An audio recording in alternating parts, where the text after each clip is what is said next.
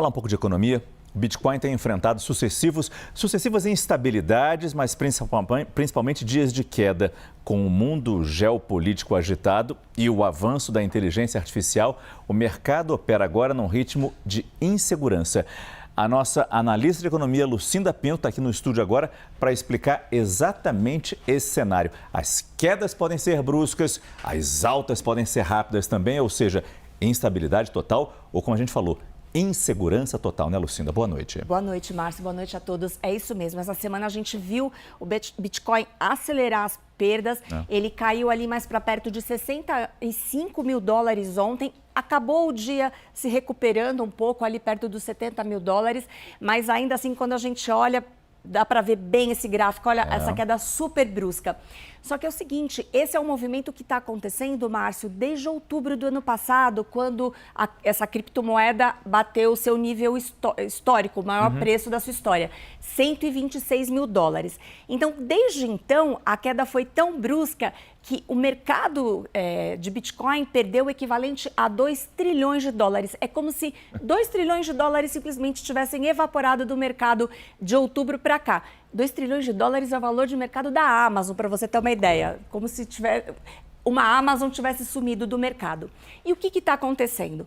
É um movimento que tem uma natureza meio parecida com o que a gente está vendo com o dólar.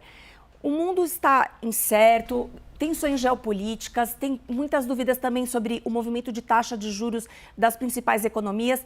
Tudo isso tem colocado o investidor numa posição mais cautelosa, menos disposto a correr risco. E assim como aconteceu com o dólar, o Bitcoin está passando por um processo de venda. Então, na prática, o investidor está trocando esses ativos que ele considera mais arriscados para comprar ativos mais seguros e, por isso, a gente viu o ouro se valorizar tanto e também renovar sucessivos preços recordes aí nas últimas semanas. E o curioso, que eu acho que é muito interessante observar, é que havia uma tese de que o Bitcoin seria uma alternativa ao dólar como uma reserva de valor. Então, que o Bitcoin poderia ser um ativo mais seguro para os momentos de instabilidade. Só que é exatamente o contrário que a gente está assistindo. Um outro fenômeno que impactou o Bitcoin é a piora aí desse desempenho das ações ligadas à tecnologia, como você mencionou no início. E a gente viu essa semana esse quadro muito claro lá no exterior. Exatamente.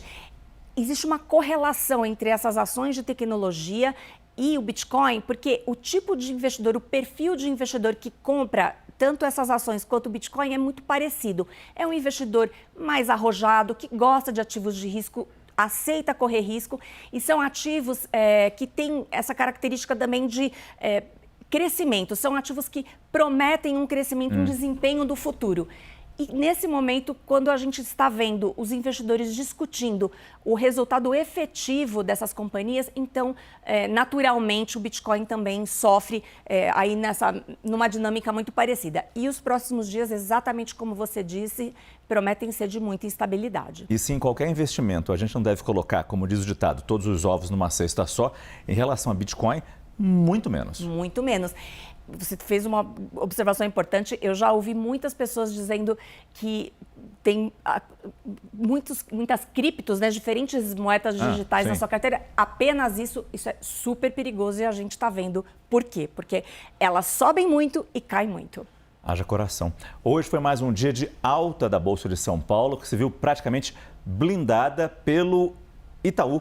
É a Lucinda que vai explicar isso pra gente. É isso mesmo. Importante dizer o seguinte, o mercado é um dia após o outro. Ontem a gente viu os mercados americanos caindo muito, mas hoje houve uma recuperação. As principais bolsas americanas subiram mais de 2%. E aqui o Ibovespa, devagar e sempre, segue subindo. Teve queda de Petrobras e Vale, duas empresas com grande peso no índice, mas o Itaú, que também é bastante relevante, continuou subindo ainda aí impactado pelo resultado positivo que o banco divulgou ontem. E o dólar segue aí também positivo, o real segue positivo, na verdade, sim. A cotação aí em R$ 5,21, numa demonstração de que, ainda que num ritmo provavelmente mais brando, ainda tem dinheiro externo ingressando no Brasil para comprar ações.